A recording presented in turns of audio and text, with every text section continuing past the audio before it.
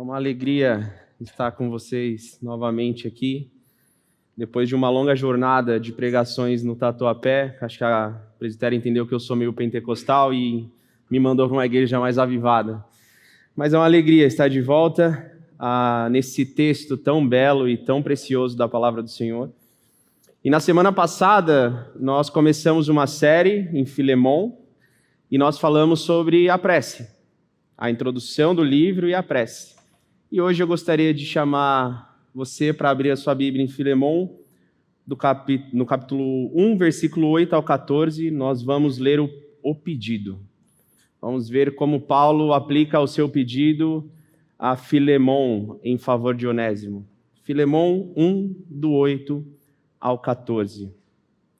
E a palavra de Deus diz: por isso, mesmo tendo em Cristo plena liberdade para mandar que você cumpra o seu dever, prefiro fazer um apelo com base no amor. Eu, Paulo, já velho e agora também prisioneiro de Cristo Jesus, apelo em favor do meu filho Onésimo, que gerei enquanto estava preso. Ele antes era inútil, mas agora é útil, tanto para você quanto para mim. Mando-o de volta a você como se fosse o meu próprio coração.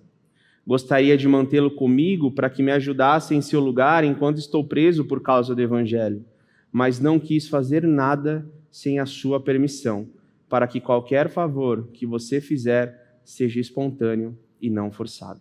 Essa é a palavra de Deus. Vamos orar novamente? Pai, muito obrigado, Senhor. Obrigado por essa noite que nós chegamos até aqui, onde nós louvamos e adoramos ao Seu nome, onde agora nós vamos ouvir um pouco da Tua palavra. Peço que nessa noite o Teu Espírito Santo ministre ao coração dos meus irmãos de forma profunda e precisa, Pai. Que as minhas limitações não atrapalhem o mover do Teu Espírito Santo na vida dos meus irmãos. E que na medida em que eu ministre essa palavra, o Senhor fale comigo e também fale com eles. É o que eu te peço, em nome de Jesus. Amém. Cartas. Com toda certeza, muitas pessoas dessa nova geração, adolescentes, pré-adolescentes, nunca escreveram ou vão escrever uma carta. Hoje, na era da tecnologia, a última coisa que uma pessoa quer fazer é escrever algo. E é interessante porque eu não sou tão velho, eu sou jovem, mas eu escrevia cartas para minha esposa enquanto nós éramos namorados. E quando nós tínhamos 15 anos e a gente se conheceu, a minha esposa, ela naquela época resolveu escrever uma carta de rolo. Aquelas cartas imensas que você tem depois horas e horas para ler.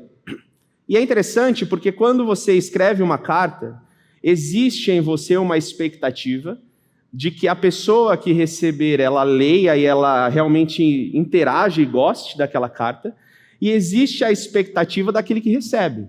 Porque receber uma carta é muito melhor do que receber um WhatsApp. Porque na carta você consegue colocar exatamente todo o seu sentimento, toda a expressão daquilo que você está sentindo na ponta do seu lápis. Tudo hoje é muito rápido. Hoje você, na era da tecnologia, pode mandar um áudio para uma pessoa e se ela não tiver a fim de te escutar, ela põe no ×2 e aquilo vai ser muito rápido. Os sentimentos são perdidos, porque na medida em que você manda, você em algumas situações simplesmente fala, e muitas vezes não fala nada. É tudo tão rápido e tudo se tornou tão raso. E graças a Deus que Paulo não tinha essa tecnologia naquela época, porque era necessário que Paulo escrevesse essa carta, desenhasse esse pedido da forma como foi desenhado. Porque na ponta da pena de Paulo não existia apenas tinta, mas o seu coração estava sendo derramado verso a cada verso. O livro de Filemon é o meu livro preferido no Novo Testamento. E não é porque ele tem um capítulo só. É óbvio que dá uma ajudada, mas ele é o meu livro preferido pelo fato de que quando nós olhamos para o livro de Filemon, nós conseguimos ver que do começo ao fim, Paulo está nos deixando um devocional diário. Um devocional de como ser mais parecido com Cristo. E isso é o que me chama a atenção, porque das cartas paulinas, com toda certeza, a carta de Filemon é onde Paulo expressa de forma mais verdadeira ou de forma mais fidedigna o que ele vai dizer em 1 Coríntios 11. Tornem-se meus imitadores como eu sou de Cristo. Paulo, na carta a Filemon, ele vai demonstrar características que revelam não somente quem ele era, mas que revelam quem Cristo é. E na medida em que Paulo escreve, ele nos ensina também a como nós, como cristãos, podemos lidar uns com os outros. É exatamente aqui nessa carta que a gente vai conseguir ver como que Deus ele opera de forma maravilhosa, amor e graça, a fim de nos tirar da vida de morte e nos trazer de volta à vida. É nessa carta de Filemon que também nós vamos ver Deus operando por meio do silêncio. Afinal, se nós pegarmos a carta de Filemon, nós não vamos ver Paulo expressando a palavra Deus na carta como ele faz nas outras cartas paulinas.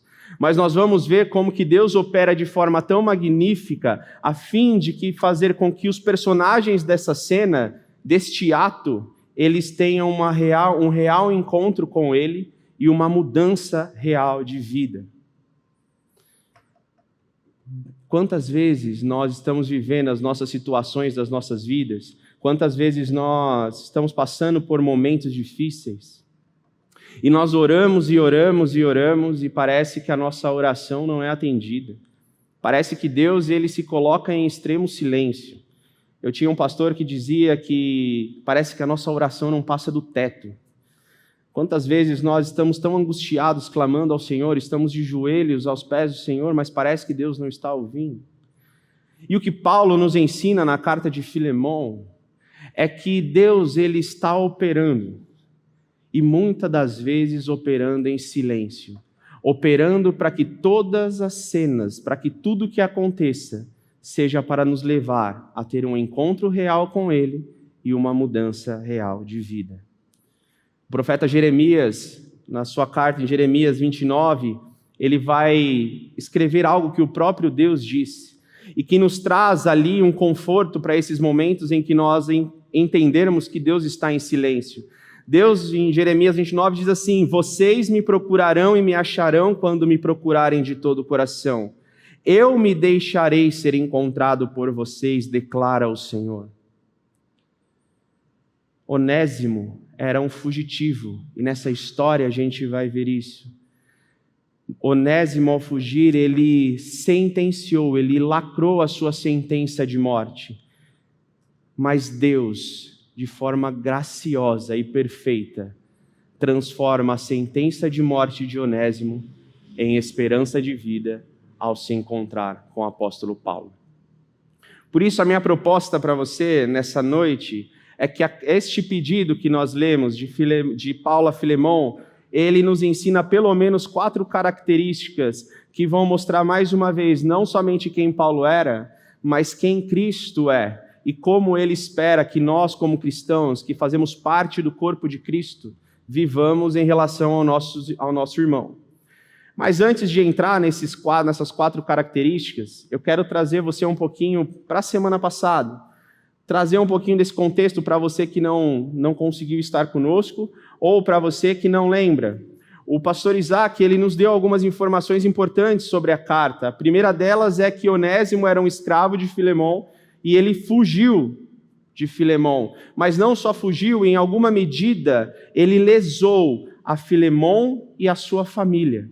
Nós vemos que o destinatário da carta não é só Filemon, mas a irmã Áfia, que provavelmente ali era sua esposa, como também a Arquipo, que era o pastor, o líder daquela comunidade, da igreja que se reunia na casa de Filemon.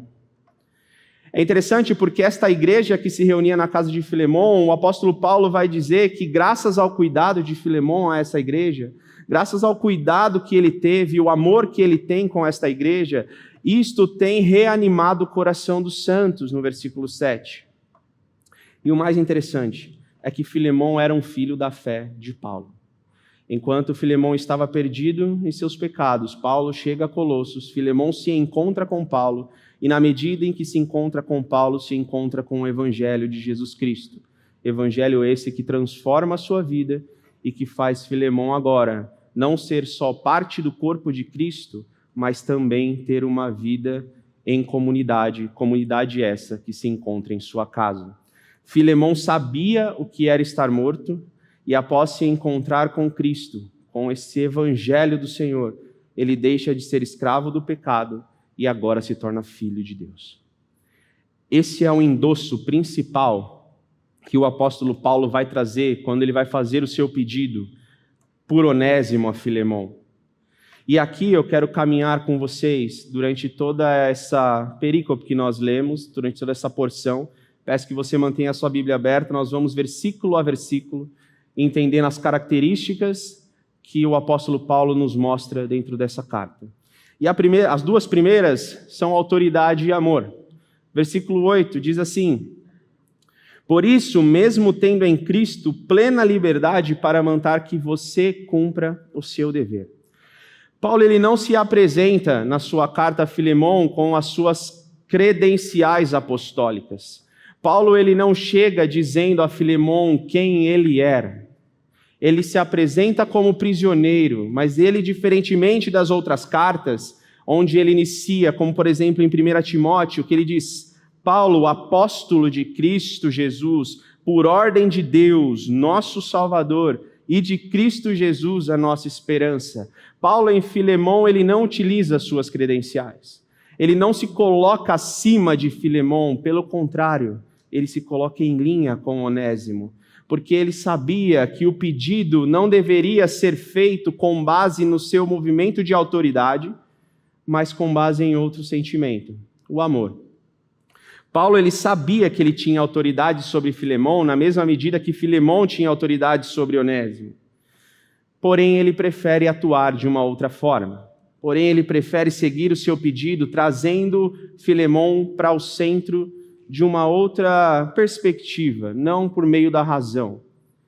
Isso é interessante, porque enquanto eu estava preparando esse primeiro ponto do sermão, essa semana eu tenho meu filho Heitor, ele tem 5 anos, e ele é a expressão da graça de Deus na minha vida. Mas, cara, educar é muito difícil. Nossa, e o Heitor está numa fase que ele está questionando os porquês, os praquês, os dos porquês. E aí eu, preparando o sermão, e aí eu olhei e eu vi que Paulo e eu temos uma grande diferença quando a questão é autoridade. Eu utilizo a autoridade com o meu filho na medida em que eu falo que eu sou o pai dele e ele tem que fazer aquilo que eu estou falando para ele fazer, porque eu sou pai dele. Paulo, mesmo sendo pai na fé de Filemão, mesmo tendo todas as credenciais possíveis, ele não se coloca a sua autoridade por meio delas. Paulo utiliza o amor. Porque nós, irmãos, só utilizamos a nossa autoridade por meio da força quando queremos algo que alguém não quer dar de forma voluntária. E a primeira pergunta que fica para nós essa noite, que tem ficado no meu coração todos os dias, é: como nós estamos exercendo autoridade na vida dos nossos filhos? Como nós estamos exercendo autoridade na vida das nossas famílias, na vida dos nossos colegas, dos nossos amigos? Como estamos utilizando essa autoridade? O ambiente do coração é onde Paulo vai criar o cenário perfeito para começar a descer esse pedido. É interessante porque no livro que nós estamos indicando para você nessa série, Perdoar, do Tim Keller, no final do culto eu vou mostrar ele para vocês. O Tim Keller ele vai dar uma definição muito preciosa do que significa o perdão. E ele traduz exatamente o que está acontecendo no pedido do apóstolo Paulo a Filemão. Tim Keller vai dizer assim, o perdão é a capacidade de reconhecer o erro e a sua gravidade, identificar-se com o transgressor, na medida em que todos somos iguais, humanos e falíveis, absorvendo pessoalmente o custo da ofensa, sem retribuir, e buscando a reconciliação e restauração do relacionamento rompido. É exatamente isso que o apóstolo Paulo está dizendo. Ele diz, sim, Onésimo errou. Ele não está certo, o que ele fez foi errado. Mas Filemon, na medida em que você também era um escravo do pecado, na medida em que você também estava perdido, na medida em que você também se encontrou comigo, encontrou com o Evangelho, encontrou com Cristo, e a sua vida foi mudada, você recebeu amor e graça, faça isso em favor de Filemon. Porque Filemon já não é mais um escravo. Agora, ele faz parte do corpo de Cristo. É interessante porque Paulo ele vai continuar no versículo 9 e ele vai dizer assim, eu, Paulo, já velho e agora também prisioneiro em Cristo Jesus. E aqui eu vou fazer um parênteses, porque na teologia existe uma grande discussão sobre esse termo já velho. Para uma grande parte dos teólogos, a questão do termo traduzido já velho significa a idade de Paulo. Paulo deveria ter ali entre 60 e 70 anos quando escreveu essa carta. Mas uma outra grande parcela de teólogos, e ali que é onde eu vou propor a você, como João Calvino, vai dizer que o termo traduzido por já velho significa, a tradução mais real significa embaixador. Ou seja, não estava citando a idade de Paulo, mas estava citando mais uma das suas credenciais. E por que isso é importante? Porque quando nós entendemos que esse termo é traduzido como embaixador e é mais uma credencial, nós entendemos que realmente Paulo não estava preocupado em mostrar a Filemon quem ele era, mas sim o que Cristo tem feito na vida dele, porque em seguida, quando ele diz já velho, ele diz, e também prisioneiro em Cristo Jesus. Quando nós entendemos o embaixador, nós entendemos o começo do versículo 9, que diz, prefiro fazer um apelo a você com base no amor. Tantas credenciais, tantas possibilidades. Paulo poderia ter terminado o seu pedido em apenas uma linha, dizendo, faça o que eu estou mandando porque estou mandando. Mas Paulo prefere se colocar na mesma situação de Onésimo, se colocando como prisioneiro. E parafraseando essa cena de Paulo, eu acredito que a carta poderia ter sido, Filemon, receba meu pedido, não pelas minhas credenciais, não por quem eu sou, mas porque Onésimo era um prisioneiro e agora se encontra com Cristo Jesus e recebe vida na mesma medida que você. Que um dia você se encontrou com o Senhor. Quando nós vivemos essa nossa vida, quando nós vivemos a nossa vida em imitação a Jesus Cristo, nós entendemos que a autoridade, ela sempre será exercida por meio do amor. A autoridade sempre será exercida por meio do amor. Esse é o modelo de Jesus Cristo. É assim que Cristo nos ensina que a autoridade é exercida com amor. Se as duas primeiras características dessa carta, desse pedido, são autoridade e amor, a terceira delas é a intercessão. Versículos 10 a 12 diz assim, apelo em favor do meu filho Onésimo, que gerei enquanto estava preso. Ele antes era inútil, mas agora é útil, tanto para você quanto para mim. Mando-o de volta a você como se fosse o meu próprio coração. É interessante porque era extremamente importante que o apóstolo Paulo ele intercedesse por Onésimo. Porque culturalmente, quando um escravo fugia do seu senhor, 3 coisas poderiam acontecer com ele. A primeira delas, ele poderia voltar ao seu senhor, o seu senhor perdoar a sua fuga e ele continuar como escravo e vida que segue. Ele poderia encontrar um novo senhor, esse novo senhor ver que ele era tão importante, tão útil, tinha qualidades diferenciadas e pagar a dívida com o senhor antigo, fazendo com que esse escravo se torne escravo agora de um novo senhor, mas se mantenha na vida como escravo. Ou o que era mais comum naquela época, ao voltar, ele seria morto. E olhando para a cena que nós vimos na semana passada, muito provavelmente essa seria o caminho de Onésimo. Afinal, ele não só fugiu, como ele lesou, ele roubou a Filemon. Agora, veja como que Deus ele é tão perfeito e ele é tão magnífico na sua tratativa, porque Onésimo, ele foge de Colossos até Roma, você tem um caminho extremamente longo. Onésimo, ele poderia ter parado em qualquer lugar, ele poderia ter encontrado qualquer pessoa, ele poderia ter vivido qualquer situação, ele poderia ter desistido, mas ele seguiu diretamente aos braços do apóstolo Paulo, que estava preso. Deus operando de forma graciosa na vida de Onésimo, a fim de levar ele aos braços do apóstolo Paulo, a fim de transformar esse que antes era escravo, agora no filho da fé. E isso é interessante porque nesta medida em que Onésimo se torna esse filho na fé de Paulo, aceita Jesus Cristo como seu Senhor, Paulo não está mais falando para Filemão sobre um escravo, mas agora sobre um filho, alguém que recebeu por meio de Deus a mensagem do Evangelho e recebeu redenção e vida. Quando nós seguimos, dois movimentos eles se apresentam a nós nesse movimento intercessório. O primeiro deles, no versículo 10, diz: apelo em favor do meu filho, que gerei enquanto estava preso. Esse apelo em favor, como eu disse, é porque Paulo tinha plena convicção de que Onésimo só sairia dessa. A única chance de Onésimo não perder a sua vida era Paulo fazendo esse apelo intercessório a Filemão. E ele coloca Filemão como meu filho, que gerei enquanto estava preso. É interessante porque Paulo não só se coloca na mesma perspectiva de Onésimo, quando ele diz que ele era prisioneiro, mas ele coloca o Filemão na mesma perspectiva de Onésimo. Porque se Filemão encontrou a Paulo, que encontrou a Cristo por meio do Evangelho, e se tornou filho da fé de Paulo, por meio da graça de Deus, Onésimo também.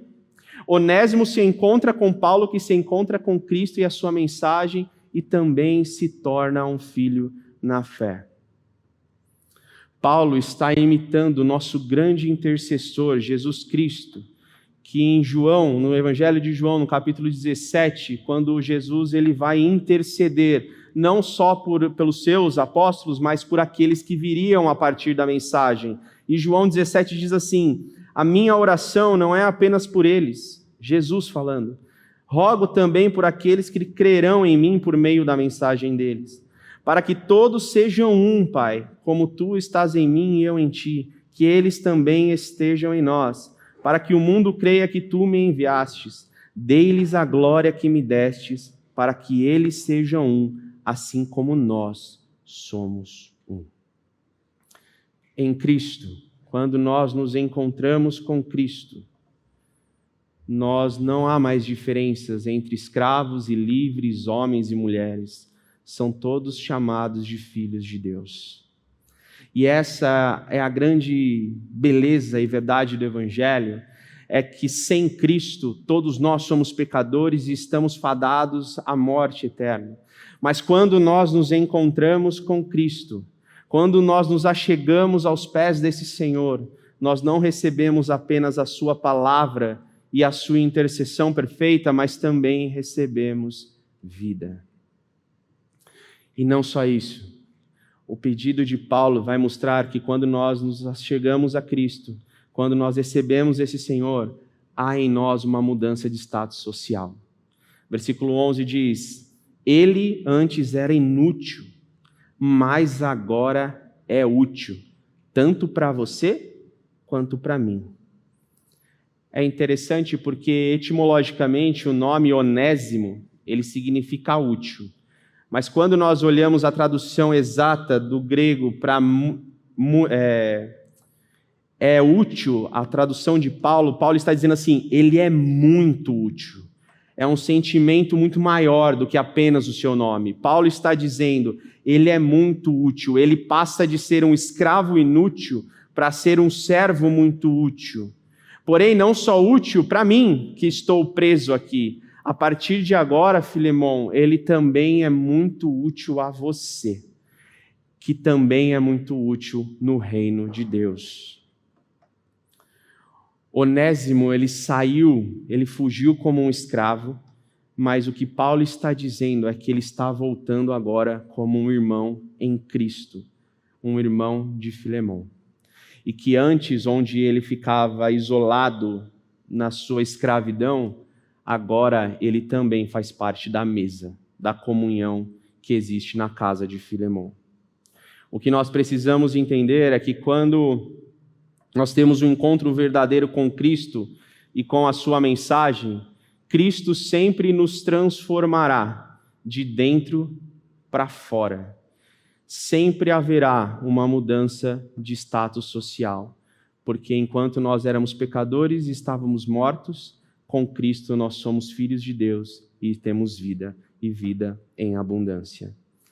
É por esse motivo que as pessoas que se encontram com o Senhor e com o seu Evangelho, elas realmente vivem uma mudança de vida, elas são diferentes, porque não há mais como ser o velho homem. Afinal, nós não vivemos mais no modelo antigo, nós vivemos agora a nossa vida regida por Cristo Jesus. E aqui a pergunta que fica a nós é: se nós entendemos tudo isso, se nós estamos entendendo a carta de Paulo a Filemon como um exemplo de como nós devemos tratar e cuidar dos nossos irmãos, a pergunta que fica é como nós realmente estamos lidando com os nossos irmãos. Como nós estamos lidando com as diferenças, entendendo que todos que estão conectados com o Senhor são úteis e importantes para a obra de Deus. Como nós estamos realmente lidando com as diferenças uns com os outros. Porque Jesus, ele nos deixa, na primeira carta a João 3,16, ele nos deixa o exemplo de como nós deveríamos lidar com o nosso próximo. Jesus diz assim: nisto conhecemos o que é o amor. O apóstolo Paulo, Jesus Cristo deu a sua vida por nós e devemos dar a nossa vida por nossos irmãos. O ponto central aqui é como está o nosso coração com relação a perdão. Como nós estamos lidando em perdoar e como nós estamos também buscando o perdão daqueles ao qual nós os ofendemos. N.T. Wright, ele vai fechar essa aplicação de uma forma muito preciosa. Ele diz uma frase que sela o que eu acabei de dizer a você. Ele diz assim: quando Deus está agindo, todos os atores no drama, na cena, no corpo de Cristo, são úteis e importantes para Deus. Ou seja, se nós estamos no corpo de Cristo, se nós estamos conectados com o Senhor, todos são úteis e importantes para o projeto do Senhor. Projeto esse que sempre terá como objetivo demonstrar a glória, a graça, o amor e a bondade de Deus por meio da nossa vida. Quando nós olhamos para o finalzinho do pedido, nós vamos ver que Paulo ele vai terminar com um apelo. Ele diz assim: mando-o de volta a você, como se fosse o meu próprio coração. E aqui eu tenho que voltar com você na semana passada em uma fala do pastor Isaac, quando ele disse a seguinte frase: não é porque somos novas criaturas em Cristo que devemos simplesmente ignorar o que fizemos aos outros enquanto estávamos perdidos. Paulo estava dizendo a Onésimo: não é porque você se encontrou com o Senhor, não é porque agora você tem vida, não é porque agora você faz parte do corpo de Cristo que o que você fez foi apagado. Você vai voltar. Você vai voltar e se reconciliar com Filemon. Mas você não vai voltar sozinho, você não vai voltar mais como escravo, agora você vai voltar como filho de Deus. E o endosso para que Onésimo volte a Filemon é que Paulo está dizendo: eu estou mandando a você o meu próprio coração. O tema coração na carta a Filemon, ele é uma linha que conecta do início ao fim da carta.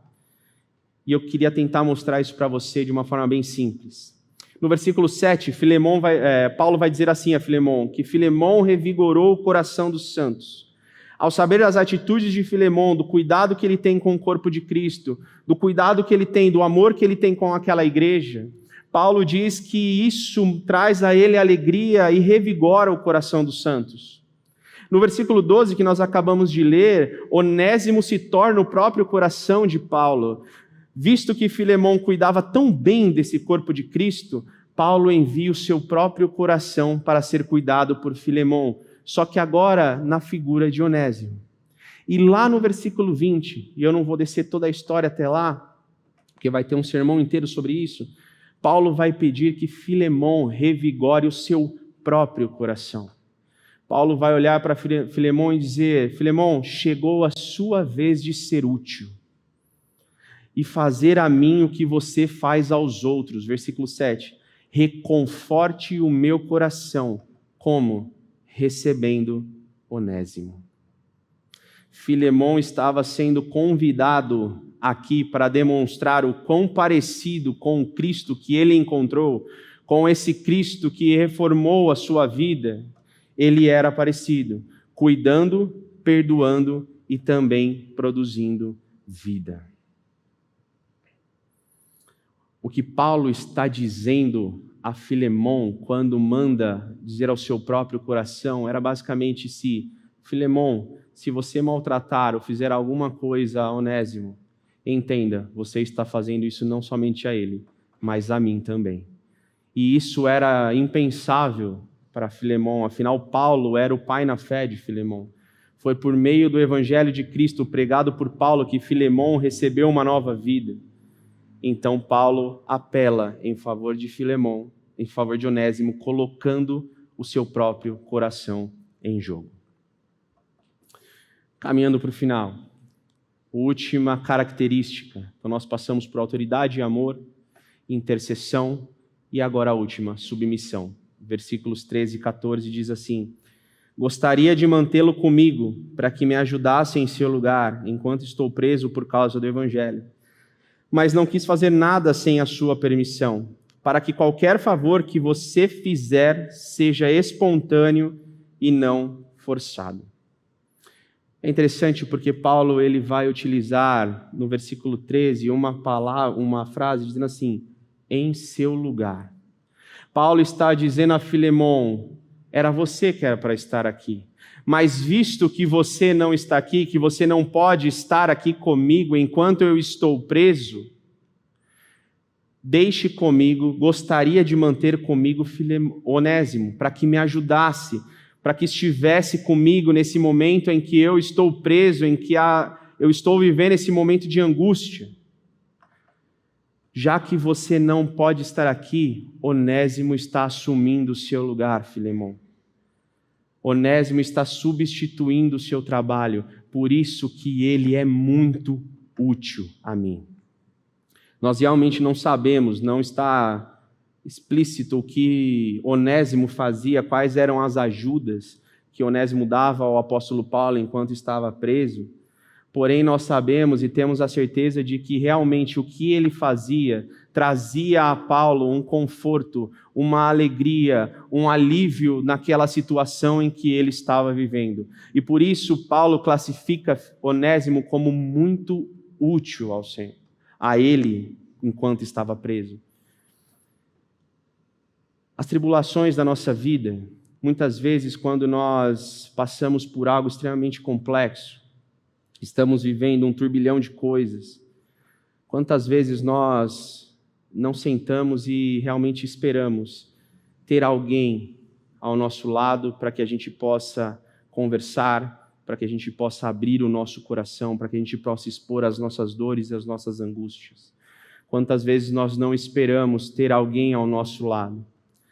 Recentemente eu fui fazer uma visita num hospital. E, meus irmãos, o hospital é um lugar onde as pessoas não querem estar. As pessoas elas são obrigadas a estarem ali porque elas estão doentes. E naquela situação, a visita àquela irmã, ela estava já há alguns meses internada. E quando eu cheguei lá para falar com ela, ao ir embora, ela disse: pastor, volte mais vezes, porque eu estou só. Aqui, a pergunta que fica a nós é como nós estamos sendo úteis aos nossos irmãos, às pessoas que sofrem, aqueles que estão precisando de um abraço, precisando de alguma medida, de um alívio momentâneo, e que pode ser a nossa vida esta pessoa. assim como Onésimo, em alguma medida, trazia a Paulo algum alívio, como nós estamos sendo úteis para com o nosso próximo. Onésimo se tornou a alegria do apóstolo Paulo. Ele estava ali para lidar com as situações. Paulo estava só e Onésimo estava com ele. Paulo ele renuncia no início do seu pedido os seus direitos, quando ele não coloca nenhuma credencial a Filemon dizendo quem ele era, mas ele também negligencia e ele renuncia às suas preferências. Porque por mais que o apóstolo Paulo gostaria que Onésimo estivesse ali, por mais que Onésimo fizesse tão bem ao apóstolo Paulo, Paulo diz assim, no versículo 14, mas não quis fazer nada sem a sua permissão. Para qualquer favor que você fizer, seja espontâneo e não forçado. Meus irmãos, não é sobre favores, é sobre bondade. Não é sobre a razão, é sobre o coração. Paulo não está esperando de Filemon que ele faça algo por quem ele é. Paulo está esperando de Filemon que ele perdoe Onésimo, que ele receba Onésimo por causa do amor e da bondade. A pergunta que às vezes pode ficar na sua cabeça é o que tudo isso tem a ver com Cristo e o Evangelho? E a minha resposta para você é tudo. Exatamente tudo. Porque o que nós acabamos de ler, sim, é sobre Paulo, Filemon e Onésimo. Porém, existe uma outra carta, um pedido maior, cujo Paulo se baseou para escrever essa, Filemon. É esta carta que guia as nossas vidas, que guia as nossas atitudes, porque hoje nós só estamos aqui sentados ouvindo essa palavra porque Deus escreveu essa carta. E essa carta diz assim: quem creu em nossa mensagem e a quem foi revelado o braço do Senhor, ele cresceu diante dele como um broto tenro e como uma raiz saída de uma terra seca. Ele não tinha qualquer beleza ou majestade que nos atraísse, nada em sua aparência para que o desejássemos. Ele foi desprezado e rejeitado pelos homens. Certamente ele tomou sobre si as nossas enfermidades e sobre si levou as nossas dores, mas ele foi transpassado por causa das nossas transgressões, foi esmagado por causa das nossas iniquidades. O castigo que nos trouxe a paz estava sobre ele, e pelas suas pisaduras fomos curados. Ele foi oprimido e afligido, e contudo foi da vontade do Senhor esmagá-lo e fazê-lo sofrer. Embora o Senhor faça da vida dele uma oferta pela culpa, ele verá sua prole e prolongará seus dias, e a vontade do Senhor prosperará em sua mão. Por isso eu lhes darei uma porção entre os grandes, pois ele carregou o pecado de muitos e intercedeu pelos transgressores. Isaías 53. Essa é a carta. Essa é a carta que mostra quem Jesus é. Esta carta que é dada a nós, escrita não com base em tinta, mas com base no sangue do Filho de Deus. É esta carta que foi escrita não em papel, mas no próprio corpo de Cristo. Esse é o pedido. Jesus pedindo: Pai, perdoa-lhes, porque eles não sabem o que fazem. Jesus é o nosso modelo de autoridade e amor perfeito, porque enquanto Jesus estava caminhando para a cruz, ele bradou em alta voz e disse: Pai, nas tuas mãos entrego o meu espírito. É esse Cristo que, enquanto estava pendurado, sendo maltratado, sendo furado, colocaram na sua boca vinagre ao invés de água. Esse Jesus que tanto sofreu, que tanto apanhou, ele mostra um movimento intercessório perfeito que diz: Pai, perdoa-lhes porque eles não sabem o que fazem. E ele mostra a nós o exemplo perfeito de submissão. Quando ajoelhado ao chão no Getsêmani, suando sangue, Jesus ele diz: Pai, se queres, afasta de mim este cálice. Contudo, não seja feita a minha, mas a tua vontade. Cristo é a carta, é o pedido perfeito, escrito não em papel, mas sim no sangue do próprio Jesus Cristo, que transforma, que sela aquilo que antes na nossa vida era morte, transforma em vida. Éramos eu e você, meus irmãos, condenados pelo pecado, condenados pela história que veio de Adão, pelo pecado que veio do nosso pai Adão. Mas um dia, este homem chamado Jesus, ele resolveu se entregar.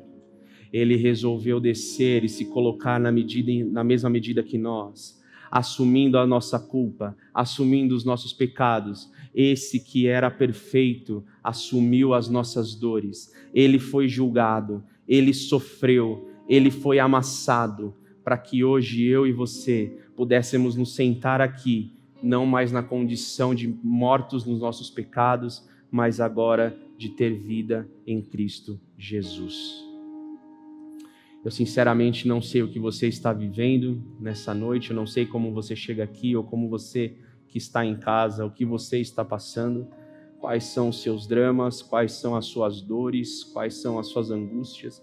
Eu não tenho a mínima ideia do que vai acontecer a você quando você sair por essa porta. Mas eu quero deixar algo a você, para quando você desligar ou quando você sair daqui hoje. É uma certeza de que graças ao sacrifício de Jesus na cruz, hoje, você que crê nesse Cristo, pode ter a certeza, a plena convicção de que nele, somente nele, nós temos reconciliação com Deus e restauração da nossa dignidade, passando de escravos do pecado e da morte, agora para filhos cheios de vida e esperança.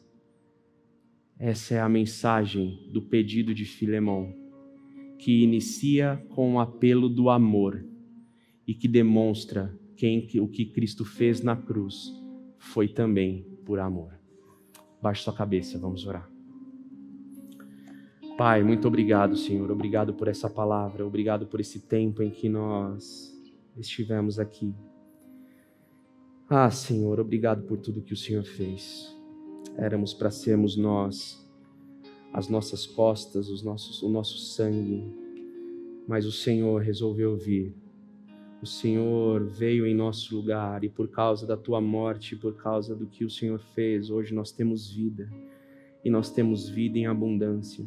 E mais do que isso, Pai, nós temos a certeza de que mesmo nos momentos mais difíceis em que vivemos, nós temos um intercessor diante do Pai, que levará as nossas orações, os nossos pedidos, a fim de que nós possamos, Pai, ter paz durante toda essa caminhada em que vivemos aqui.